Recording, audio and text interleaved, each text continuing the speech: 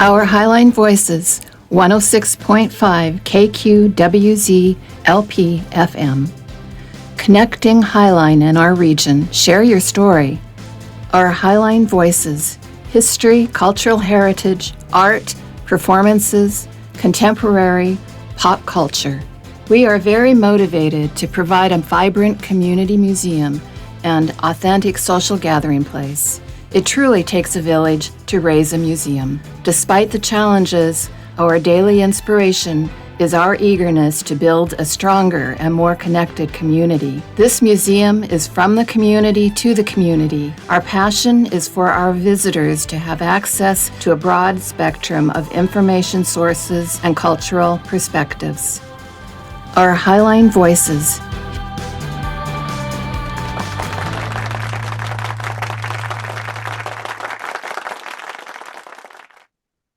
Hi, everyone. My name is Nancy. I'm the director of the Highline Heritage Museum. And today we have a wonderful guest coming up tonight. And there's been a very special experience that I had with her and her work. I have not actually talked to you. This is the first time that we're actually engaging with each other. Yes. But I've been engaging with her work and how beautiful that is. And so it's going to be an interesting conversation and kind of get to know each other and then talk a little bit more about what is the exhibit about? And so one of the reasons why we do this interview is to make sure that we are inclusive and welcoming to everyone, and that anyone who is not able to come to the museum can actually hear the stories behind the work that we do. And so I'm going to let you introduce yourself. Your name, what are you doing here with us? And then I'll start asking questions based on what you answer. Sounds good? Yes. Okay. So your name and your exhibit. Well, my name is Brandy Reyna, and I am an acrylic artist. I focus mainly on miniature paintings. My favorite size is 5 inches by 3 inches. And I have started out doing pet portraiture. So that is not what is in this exhibit. This is a bit of a deviation for me. But what started me out was twofold. I have a very old house with very small walls. And so I want to be able to hang artwork all over the place. And, those little spaces in the kitchen and, you walk in the door and you've got that tiny little wall that's only 6 inches wide. I want to put art there.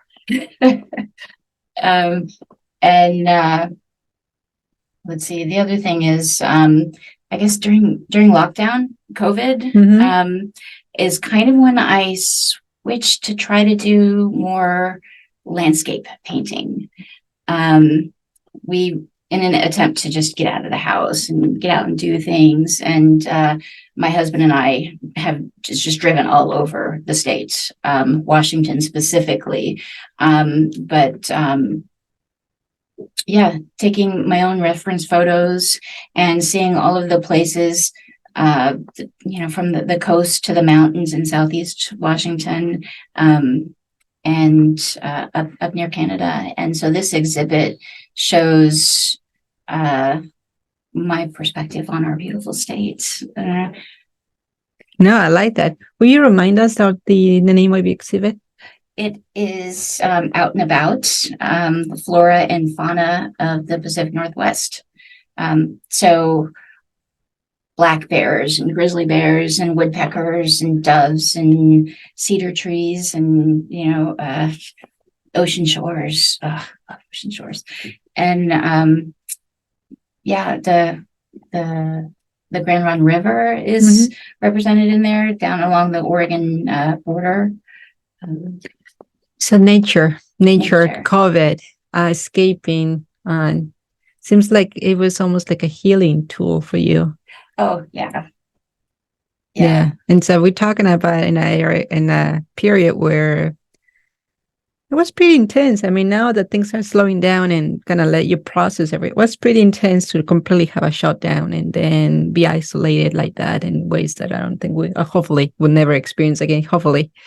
But the the way that you express that going out and then being able to bring nature inside is beautiful.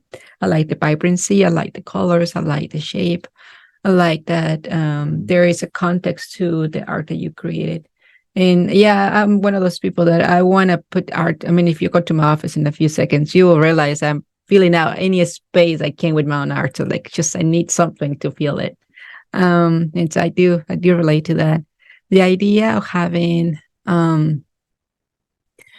you art on display. Have you ever done all kinds? I mean, you say that you're an acrylic artist and in some just pets ones, but like, have you always been like this, or this is something that's recent because of COVID? Oh, I've actually I majored in art in college. Okay. For 1 year before I got talked out of it by my counselor, who said, "You'll never get a job as an artist." Oh, come on. Right. And so, but I was young and I changed my major and several times. But I've always painted. I've always crochet and knitting and collage and watercolors and oils and pastels. And finally, like after trying everything, I settled on acrylics. But I haven't actually professionally done art my whole life. I retired from the military in 2018. Wow. I was in the Air Force Reserves, spent 4 years active duty, and then I spent 22 years in the reserves. And after I retired in 2018 is when I really started painting and, having my art in galleries and doing shows. That is amazing. Well, Veterans Day is coming up, and so I also want to honor and respect your story. And I do hope that you can talk a little bit more about that in a minute, just because I do want to acknowledge that, especially since it's not just for one day. I think there's something that we need to acknowledge it all the time. And it's just a service that you do to the community and then to the country. And so there's another way you expressing that. When it comes to artists and then using that format of different mediums, it is kind of cool that you can represent your different phases in life.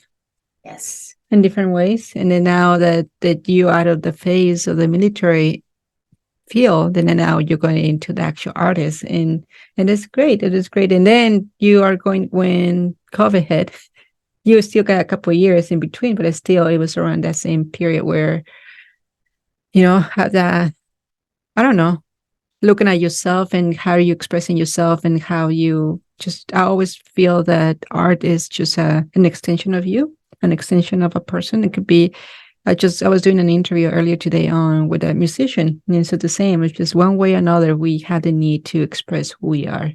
And then it's even better when we are doing it in a way that people can actually appreciate it and actually enjoy it. He was using the word enjoyment. Yes, art can be political. It can be a representation of the times. It can be a distraction. And I want people to look at my art and smile. There's so many things going on in the world. I want all the colors, the vibrancy, the light, the joy, you can look at the paintings and just breathe the fresh air. There's so many other negative things. I just want my art to be happy and comforting. Yeah, no, I get that. There's been some exhibits that I've witnessed that I've been in the field for more than 20 years and I've done hundreds of exhibits already. But there's one type of exhibit I would love to try is having this multisensory experience where you're looking at something, you're smelling something, you're feeling something, you're hearing something. And so, I mean, maybe not this time because something that we weren't able to plan it, but I would love it one way or another, maybe combine a mist of smells in the space and then having a little bit of play with the lights. And it's just like if you're doing a sunset or sunrise or on a dusk, I don't know, it's just something that, and then another one with feelings, maybe do a little bit of a vent next to it. And you can feel the breeze as if you were there, and maybe play an audio that allows you to have the sounds of the birds or the wind. And I mean, I would love to do things like that. It requires more time and more money and more planning. And it's something that not all of us have that type of resources. It's not just the money, but it's the time of how do we implement this and being able to truly execute that. But yes, even without any of those elements, you still can come and enjoy the beautiful art that you have. And I love how they have different sizes. It's not just one consistent, that you can play with different formats, and it just allows you to have that break from. It just brings a different type of flow to it. It's not just all aesthetic, meaning like all the same size or the same line. Oh no, this allows that flow to travel. I do find that when I do landscapes, I am starting to paint them larger. The pet portraits I love to do small, but in the past year, I'd say maybe the past 6 months, my paintings are getting a little bigger. Wow, so yeah, it's changing. Did you notice the difference between small? I mean, like for me, I'm more scared of small paintings because it requires more details. The larger ones, to me, it's almost like it's easy for me to maneuver the shadows, and it just play with the more basic. We all different. We all express different. But like when I painted big paintings, I feel like I have more freedom to expand it and have more air in between. As for the small ones, I feel like this, to me, it had to, for some reason, feel like because this is small, I want more detail into it. And I don't know if it's something that it's just me. Probably it's just me. I find I'm more concerned with detail when I'm doing animals or people. When I'm doing nature, it's much more loose, and I get more abstract with it. And I haven't tried animals large yet, so the detail thing hasn't come in. But landscapes. 3 feet by 3 feet is the largest that I've done, and even that one really not as detailed as my 5-inch by 3-inch. No, this is because the brushes are bigger and the canvas is bigger, and you step back across the room to look at it, so you're painting more with your arms than with your wrist, so it's just looser. Yeah, I never gone to school to paint. I just paint because I just want to, and I follow through that. With no experience, I just follow my intuition, I guess, or learn my lessons. And but one of the elements of me playing with oil paintings or acrylic is that I feel like acrylic, if I made a mistake, it's a lot harder to fix it. Really? Because it dries faster. But that's the nice thing about acrylics, is that if you make a mistake, you can just paint over it and completely just do that. It. Just paint over it. Yeah, and that's for me is this like for example, I just made a mistake and I already have a beautiful sheet. Well, according to me, right? That is subjected to everyone's opinion, whether it's beautiful or not. But I'll just say I'm happy with one shade, like the way I'm blending the colors, and then I'm content with it. And then I don't know where I just made a mistake, a strike by accident, like. I cannot paint all of that because it means like it's almost half an hour to an hour work out of just that space.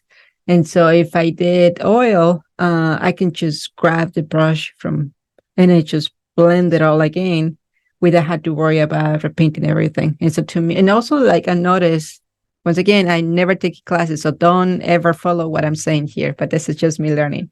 I would grab a napkin or a Q-tip and it just erase things. And it's easier than to me, it's almost like it feels like you start all over. And obviously it takes a lot more longer to dry, which if I'm tired and I don't feel like continuing, my neck hurts or whatever, I can go back to it and it still allows me to do that blending of colors. See, I've tried oils and I find that I wipe it off when I don't mean to. So I have kind of the opposite. It's too wet for way too long. And if I want a fuzzy edge, I can do that in acrylics. And I don't know, oils, it's so much like painting with warm butter that you just wipe it off. And I meant to blend it. It's gone. Now it's gone. True.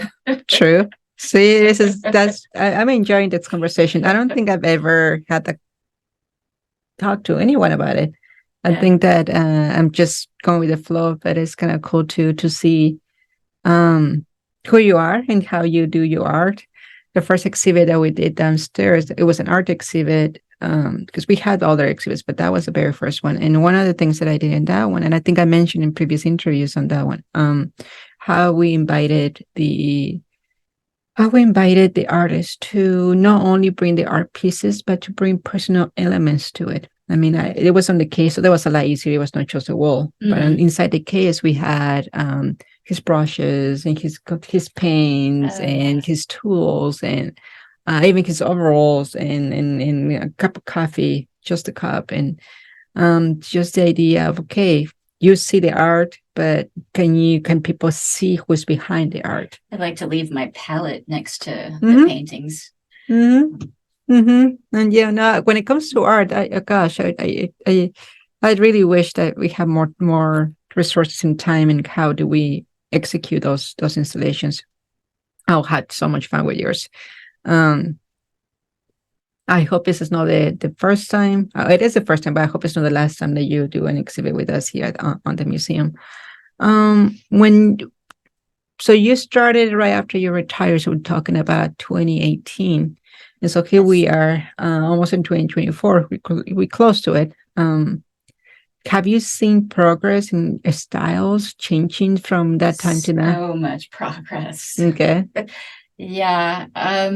So I started doing pet portraits about 2016. I was deployed with the military, and for entertainment, there's not a lot of entertainment when you're deployed. So there's a lot of bingo, and they have these paint classes where you have the instructor is not necessarily an artist. They are more like a docent for the event, and they'll do a step-by-step painting for, say, 30 people, 50 people with a microphone.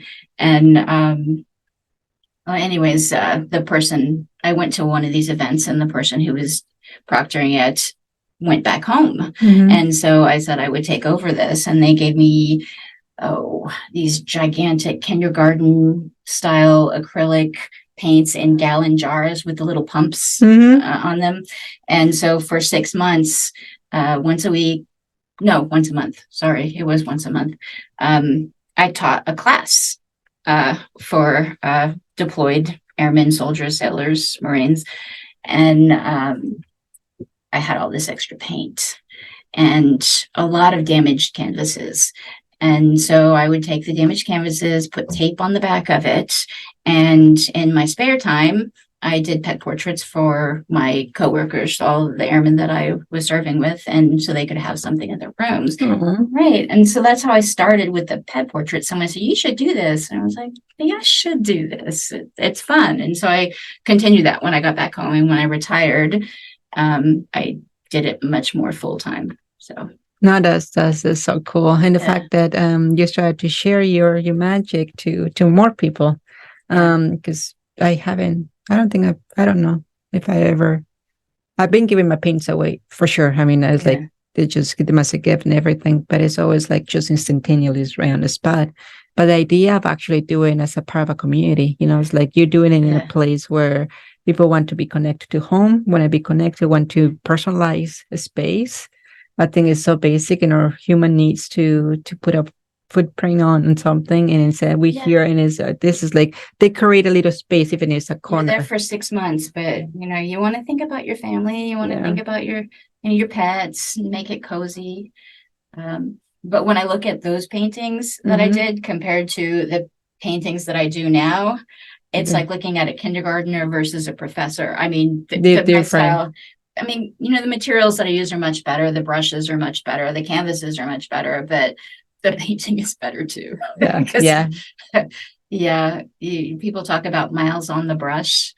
The more you paint, the better you get. And it's true. You have to put in the work. To do that. Yeah. I don't know if it applies to me. I think I feel like I haven't really progressed much, but it's I'm doing it because I enjoy it, and I can see that you enjoy it. That is something inside of you that you embrace, and especially in moments like either when when you're 6 months away from family, or when you are on COVID, or when you're finally retiring, and being able to share more sides of you. I don't know, just within a little time that we talk, and I see like 3 different phases in you and how you are moving forward and adapting to what is in front of you. So, have you ever counted the number of pieces you've done?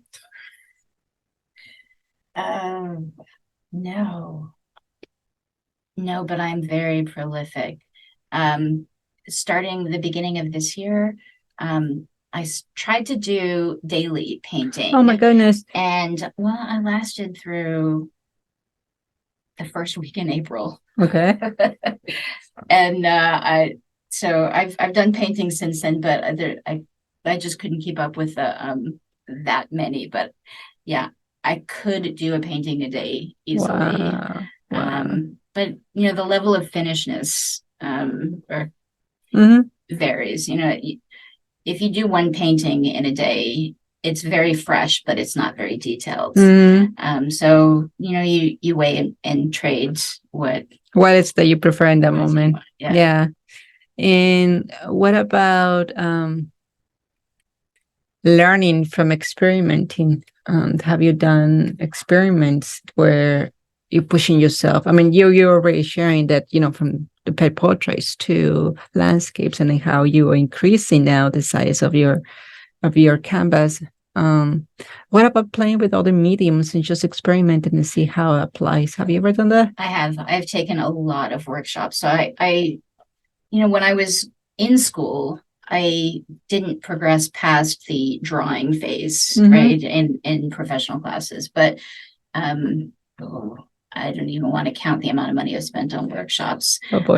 But I've taken workshops in watercolor and pastel and acrylics, and I've taken acrylics to an oil painting workshop where everybody else is using oils, but I'm using my favorite medium. And so I've played with different colors and different textures and different styles. Some people some classes, they will paint everything black and white and then glaze color on top of it.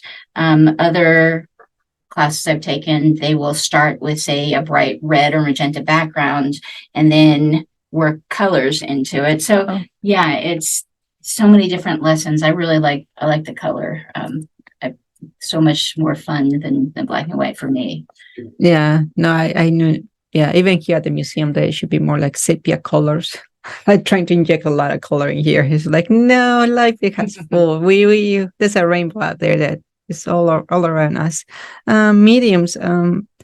This one of the experiments that I've done is using the paint from homes like bathrooms and kitchens. Yes. And then just play on wood. No canvas, no acrylic, but I just paint that with that one, and it turns different. And then there are times that I'm not even paying attention what type of painting I'm getting. But you know how when you use like bathroom paint, they have that extra stuff that you will do it if it was just a bedroom painting that has a coating that is different, and it has it's almost like a plastic when it dries. And so I have played with wood. I use the wood. I could use that as the background. And then once it's dried, then I experiment with all the types of mediums on it, all the way from pencil to pastel to watercolor to acrylic and oil. And it's very interesting as to how I love experiments. And like I said, I've never taken classes. I've never gone to workshops or things like that. But the idea of learning more about how other people do it and learn techniques. And then right now I'm just experimenting. And I think all artists, do you believe that like in you, it's just the exploration need to go to places is there? Oh, yeah. Yeah. Like right now, I'm working on a series that explores different textures. And it's back to animals again. But the theme is time. And so I'm trying to make my paintings look aged, right? So I'm using mediums and gold gesso and stencils and chip brushes and what I can't think of those. I don't know. Yeah. Don't look at it. Rubber spatulas. I can't Okay. think of what they're called. They push the paint around, and it's not brushes. It's like a rubber tip on it. Okay. But all these different textures and layers and heavy bodied acrylic versus liquid acrylic where I can drip and like spray it. And, yeah, so I'm exploring a little bit with this one. We'll see how it turns out. Yeah, no, I think that's fun. I think that is, to me, it's almost like food, like, oh, let's see how would that turn out if I have my chicken and add a couple more ingredients on it. And sometimes it's like, no, I'm not doing that again. And sometimes like, that was interesting. Maybe I keep exploring and keep experimenting on that one. So are you here? Do you live here? No, you in the area. We have your exhibits here. And you're doing it through Burien Arts. Burien Arts, yes. Yeah. Have you had a long relationship with Burien Arts? Well, actually, I met Grace, who is she the founder of it, or she's on the board? Yeah, she's on the board, and then she's the main person that we interacted with when we collaborate. And so yes, Grace Steeler, she's a beautiful, wonderful person to work with, and yes, so you met with her. I actually met her volunteering with the King County Conservation District. We were working in their nursery and up-potting plants for the next season. And we started talking about art and connected there. And so I started doing the Vision 2020, I think it was at the time. Now it's Vision 2023, which is going to be happening this month. I'm so excited. But that's how I met her. And my first solo show was actually canceled because of COVID. So the fact that I was able to go out and take pictures and do landscape paintings and during that time frame and then come right back around and show those off here, it kind of comes full circle. Yeah, we're really happy. We're really happy to have you here with us and being able and for everyone to enjoy your work. I really believe that experience of that silent dialogue that you have with art in general. Like you might see something, it intrigues you, you likes it, but when you bring a little bit more of a context, like, oh, who painted this? Who is this person? What is the background about? How is this painting came about? It provides a different experience and what you're looking at. And so I'm just glad that we had this opportunity to do this interview, and so people can hear you, can see you, can connect with your face, with the pieces that you're doing. The exhibit is going to be until it's 3 months, correct? I think it is. So this is November, December, January. So we have it's through December, but I'm not sure what the last actual date is. So just to be sure, you guys need to come to see it before it goes out. So you need to check out our website to see when is the last day of the installation. I mean the exhibit. But so that's perfect. It's the holidays. Come over with your family and hopefully be able to enjoy that display before it goes out. I love the title, and I love the title because it's right away tells you that you just in and out, you just traveling, you're moving, you're experiencing something, and you're trying to pass that message into where you're working on. So are you the only one in your family who paints? Yes. Although when my husband and I were first dating, one of our first dates, we went to a little gathering at his apartment complex, and we used finger paints to do portraits of each other. Oh, so he's game. Oh, that's so cool. That is so cool. Yeah, I think I still have that in my closet. Oh, that is awesome. Yeah, we had a mural outside at the museum, and we had paint available for anyone who just wanted to come in, and they just paint their hands and they just imprint them into the mural. And if a lot of people with their hands with nothing else but just our hands. Like, Yeah. And it's almost like a new experience trying to paint with their skin, no brushes and no, and it's a different sensation. It's just like when you're cooking, instead of using a spoon, you're actually touching the food. It's like, Just get your hands in there. It's just a very different experience than if you just you provide a layer of that. It's more of the tactile experience. And color. So let's just say that we have an audience here, maybe not one or two, but more than that, who are blind. How can you describe your art? Or the color schemes that you use?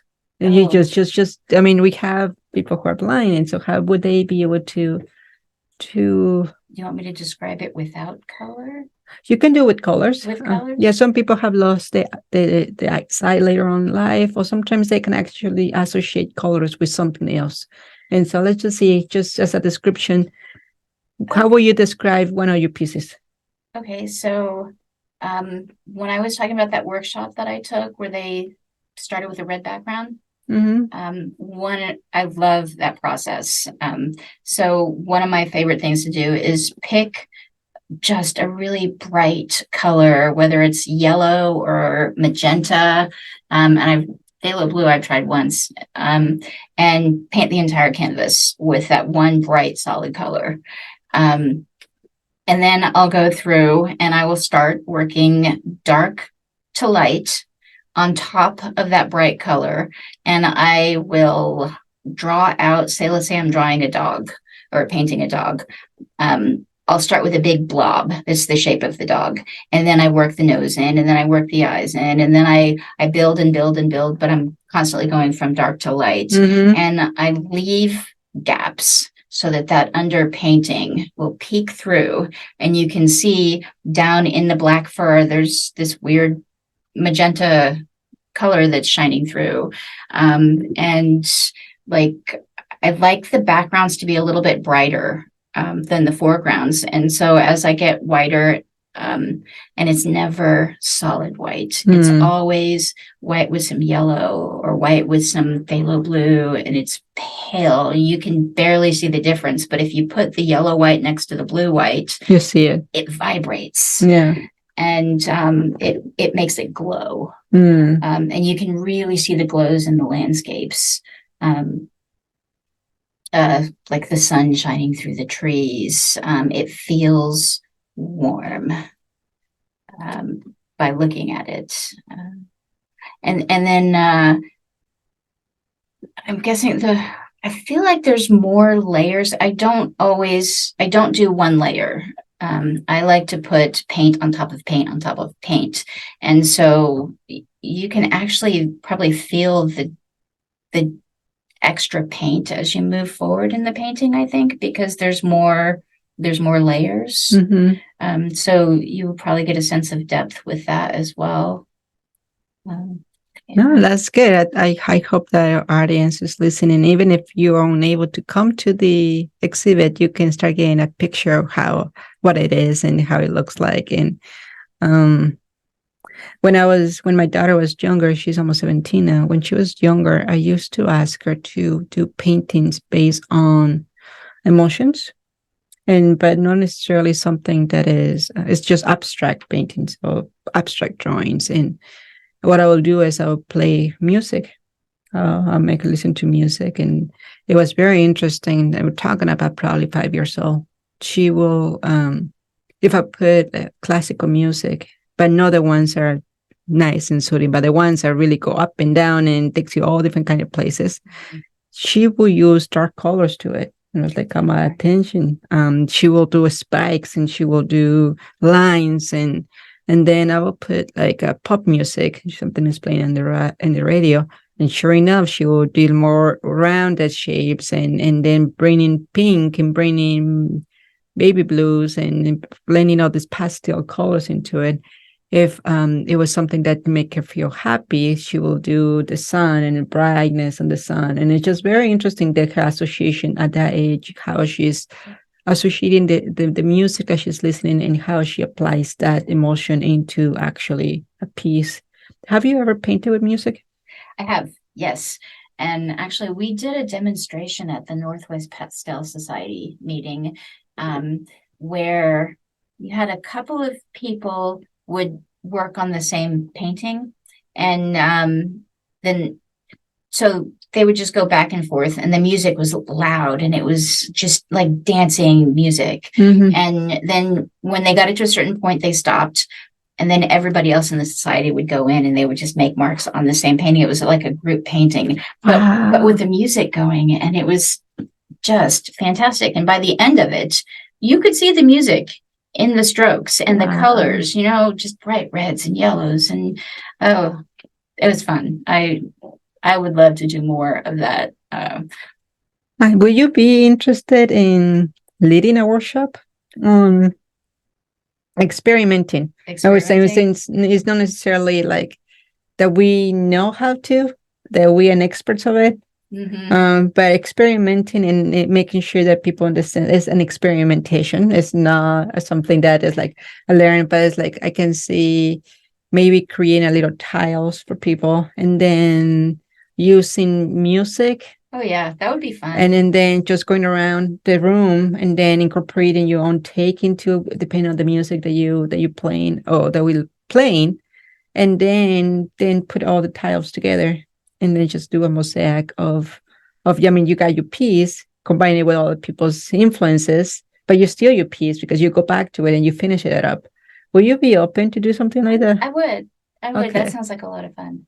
Yeah, that's my problem is I have too many ideas. Oh, my goodness. And my brain doesn't stop with ideas. It's like, they started to call it the popcorn syndrome because it's like popcorn, all these ideas that comes out of my mind. Yes. But if you're game for it, I would love to, I don't know if it's possible as we're going through the holidays now, but maybe in the springtime or summertime where we can do. Absolutely. It's like let's just do an experimentation on music and paint. Like come over, we'll provide you a tile for you to have fun with. And then it's also a great way of looking at how we influence each other. Like you'll have something, but then you see the inserts that everyone will provide. But that's what happens to us every day. But also, a problem that I have when I'm painting sometimes is that I get very precious about certain pieces that I love this part. But when you get into a group environment, you have this piece that you just absolutely love this, and then the next person behind you just comes in and wipes it out. True. And sometimes it makes it better. No, but what we can do is like put a mark or like a section to say, okay, put a little frame. Look at this is my piece of misbeda, but paint around it. What's another option? I know, I'm just experimenting. This is what it is. Art is experimentation. Art is a self-expression to me.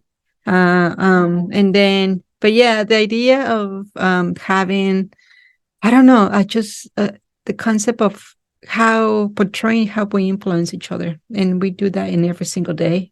Either we influence each other with music or with food or with ideas or with experiences and we are accumulation. All lives are full accumulation of interactions with people in general, and what shapes us and who are those inspirations.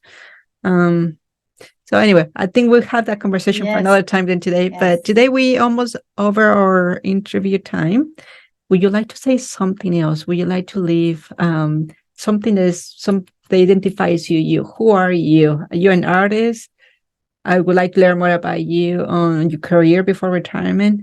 But what else is you? Like, tell me something that connects it all. That connects it all.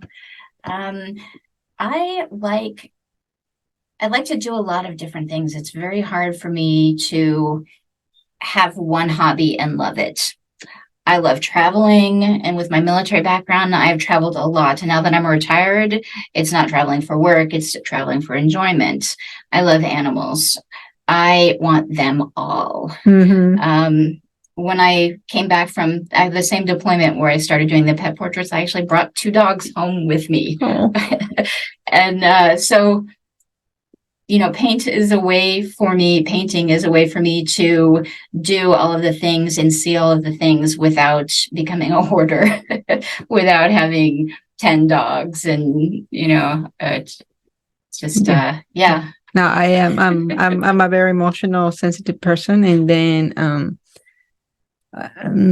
little ones, anything to do with animals and with little ones and anyone who's fragile, I guess, is just this instinctual need to protect, to care, to nurture, to provide, I don't know.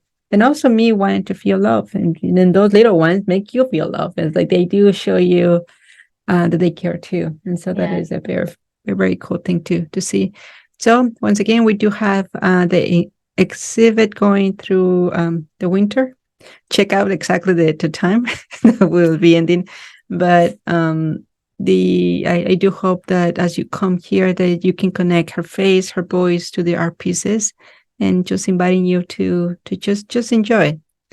Thank you so much for allowing us to interview you today. It was been a pleasure. Thank you for having me here. This is a great space, and I can't wait to explore the museum. I know. It's the first time that you see the cabin. And then now you've seen the gallery from the cabin, and then you can see what else is out there. Soon, maybe should we do the experiment now? Me and my experiments. Yes, let's do that. So people don't have any idea what is it that we're looking at. So I'm going to do that. So that's the cabin. Here is the equipment. That's our on-air sign. And then that's the gallery right there. That is a section. We still got more pieces down below. The reason why experimentation is not good is because how do we make sure? Actually, the camera is looking good. Yeah, right? It is facing us. Yeah, it's good. That's better. Good. Well, it was a pleasure meeting you. Pleasure talking to you. Get to know you a little bit more, and hopefully people enjoy to get to know you a little bit more, and then connect that with your paintings that you have. So thank you again. Okay. Thank you. Thank you, everyone. Thanks. Bye.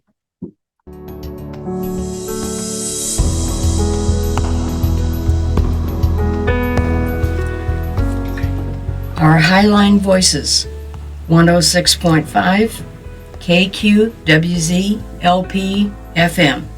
We envision ourselves sitting at a round table where no one is the leader and stories are heard respectfully, regardless of gender, age, sexual orientation, disabilities, or ethnicity. We want to embrace our differences and similarities.